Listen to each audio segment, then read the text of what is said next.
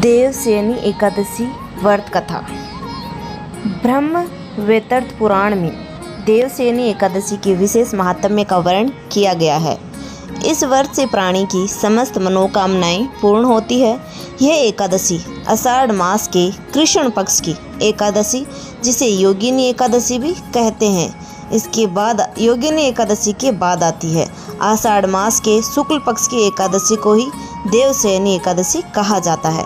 इसी एकादशी से चातुर्मास्य का प्रारंभ माना जाता है। इस अवधि में कोई भी शुभ कार्य जैसे कि विवाह आदि नहीं किया जाता। मान्यता है कि इस दिन से भगवान श्री हरि विष्णु क्षीर सागर में शयन करते हैं और फिर 4 माह बाद उन्हें उठाया जाता है। उस दिन को देवोत्थानी एकादशी कहा जाता है। इस बीच के अंतराल को ही चतुर्मास कहा गया है।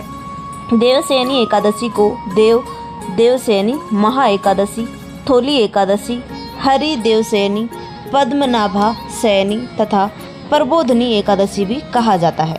देवशयनी एकादशी की व्रत कथा।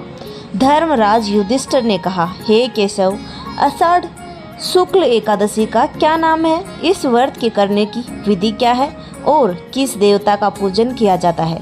श्री कृष्ण कहने लगे कि हे युधिष्ठिर, जिस कथा को ब्रह्मा जी ने नारद जी से कहा था वही मैं तुमसे कहता हूँ। एक बार देव ऋषि नारद जी से ब्रह्मा जी से इस एकादशी के विषय में जानने की उत्सुकता प्रकट की। तब ब्रह्मा जी ने उन्हें बताया, सतयुग में मांधाता नामक एक चक्रवर्ती सम्राट राज्य करते थे। उनके राज्य में प्रजा बहुत सुखी थी, किंतु भविष्य में क्या हो जाए यह कोई नहीं जानता।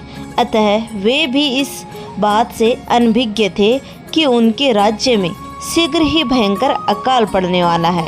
उनके राज्य में पूरे 3 वर्ष तक वर्षा न होने के कारण भयंकर अकाल पड़ा। इस अकाल से चारों ओर त्राही त्राही मच गई।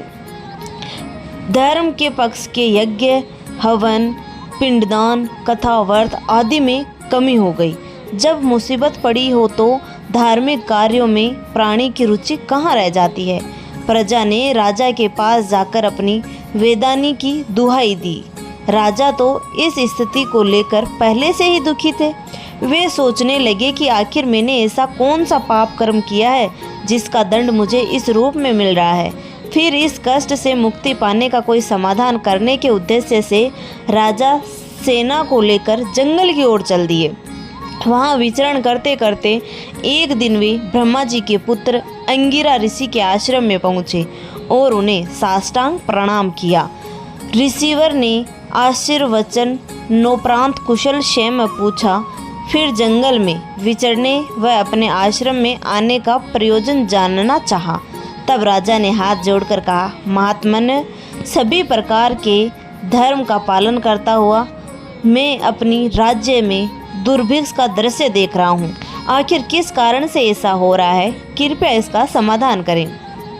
यह सुनकर महर्षि अंगिरा ने कहा, हे राजन, सब युगों से उत्तम यह सतयुग है। इसमें छोटे से पाप का भी बड़ा भयंकर दंड मिलता है। इसमें धर्म अपने चारों चरणों में व्याप्त रहता है।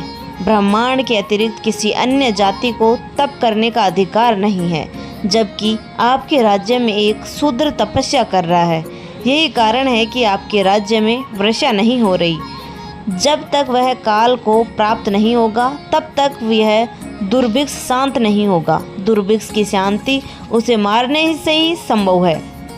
किंतु राजा का हृदय एक निरपराध शूद्र तपस्वी का समन करने को तैयार नहीं हुआ। उन्होंने कहा, हे देव, मैं उस निरपराध को मार दूं, यह बात मेरा मन स्वीकार नहीं कर रहा है।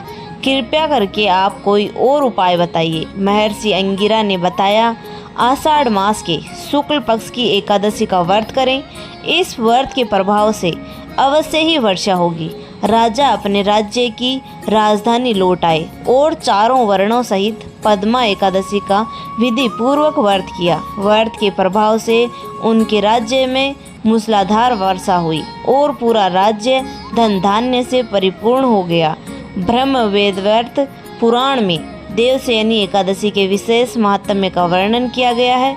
इस व्रत से प्राणी की समस्त मनोकामनाएं पूर्ण होती है। ये थी आज देवशयनी एकादशी की व्रत कथा। धन्यवाद।